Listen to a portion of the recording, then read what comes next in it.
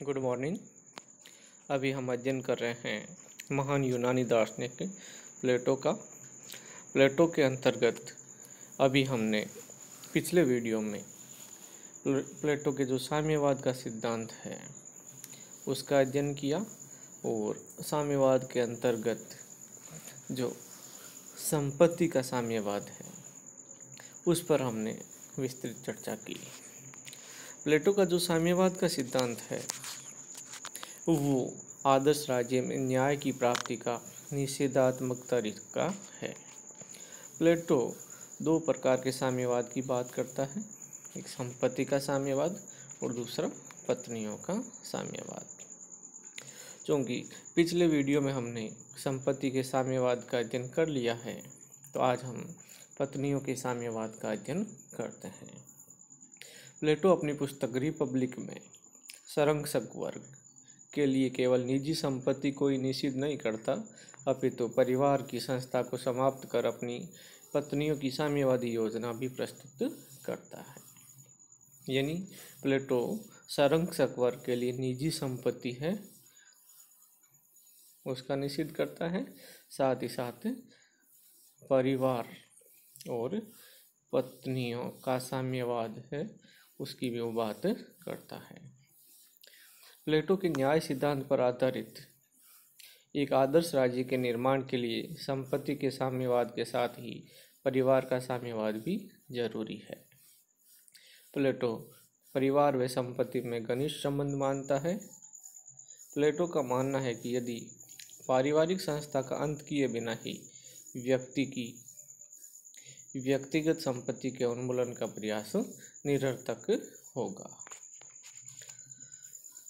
पत्नियों के साम्यवाद के पक्ष में प्लेटो कुछ तर्क देता है। उसमें राजनीतिक तर्क या राजनीतिक आधार यह है कि प्लेटो चाहता था कि स्त्रियां घर की चार दीवारी की कैद से मुक्त होकर राज्य के शासन संबंधी कार्यों में भाग ले। प्लेटो की पत्नियों के साम्यवाद का नैतिक आधार यह है कि उसका मानना है कि परिवार व संपत्ति का मोह शासक को भ्रष्ट बना देता है।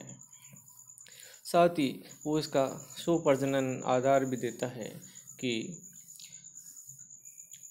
जो प्लेटो है तत्कालीन वैवाहिक प्रथा और पारिवारिक व्यवस्था पर कुठाराघात करता है। प्लेटो आदर्श राज्य के लिए श्रेष्ठ नागरिकों को जरूरी मानता है।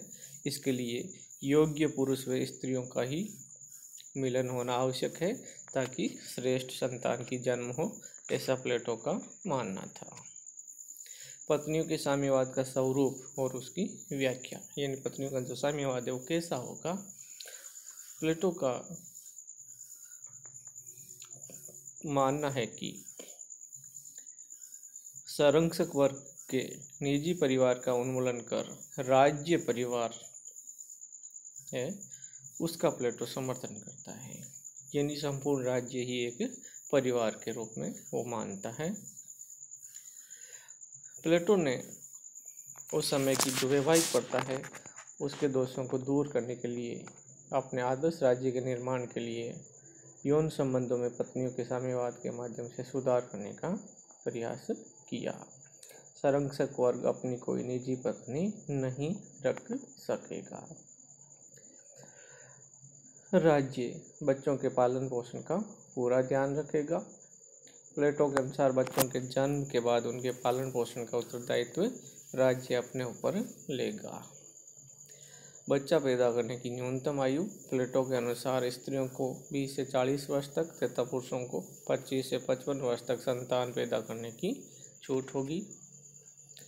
प्लेटो कहता है कि संरक्षक वर्ग के अंतर्गत आने वाले बच्चे सामुदायिक जीवन के भागीदार होंगे और इस सामुदायिक जीवन में उनके संबंध भी सामुदायिक होंगे। पत्नियों के साम्यवाद के उद्देश्य, प्लेटो के अनुसार पत्नियों के साम्यवाद को प्रतिपादित करने के पीछे निम्न उद्देश्य हैं। पहला उद्देश्य है नारियों की मुक्ति। दूसरा उद्देश्य है अभिभावक वर्ग की क्षमता में वृद्धि करना। तीसरा है जनसंख्या में संतुलन स्थापित करना। चौथा उद्देश्य है नस्ल सुधार। और 5वां उद्देश्य है शासकों के शुद्ध विवेक की रक्षा करना। छठा है हर राज्य में एकता स्थापित करना। ऐसा प्लेटो का मानना है कि परिवार व्यक्तियों में तेरे मेरे की भावना है, अपने पराये की भावना उत्पन्न करता है और इस भावना के कारण ही संरक्षक वर्ग में सत्ता प्राप्ति के लिए संघर्ष उत्पन्न होता है। पत्नियों के साम्यवाद की आलोचना। प्लेटो ने जो पत्नियों के साम्यवाद का सिद्धांत दिया उसका अनेक आलोचकों ने उसकी आलोचना की है। पहली आलोचना है कि परिवार एक ऐतिहासिक अनुभव है। प्लेटो ने परिवार नामक संस्था का लोप करके भारी गलती की है। परिवार से ही राज्य व समाज का जन्म हुआ है। परिवार राज्य की छोटी इकाई है। दूसरी आलोचना है कि पत्नी और परिवार के प्रति प्लेटो के जो विचार हैं वो सही तथ्यों पर आधारित नहीं है। जो वस्तु सभी की होती है वह किसी की भी नहीं होती। महत्वपूर्ण बात है। अरस्तु का आरोप है कि प्लेटो के साम्यवाद में अभिभावक वर्ग की सारी पत्नियां और सभी बच्चे यदि सभी के हैं तो वास्तव में वह किसी के नहीं हैं।